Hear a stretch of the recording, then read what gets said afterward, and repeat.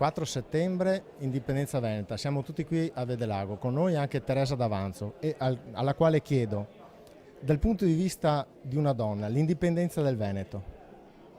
Se l'indipendenza, come tutti quelli che hanno parlato prima di me, mi hanno preceduto in questa intervista, significa prendere coscienza di se stessi e determinarsi, ovviamente, scegliere per la propria vita ed essere individui liberi e autonomi, le donne in questo campo sentono un'esigenza fondamentale, si misurano tutti i giorni con i problemi della famiglia, del lavoro, della società, dei genitori anziani, si sentono questa responsabilità e sono certe che attraverso l'indipendenza quello che sono le risorse del territorio e la collaborazione e la vicinanza con gli altri porteranno ai risultati che ci meritiamo, un Veneto migliore da vivere,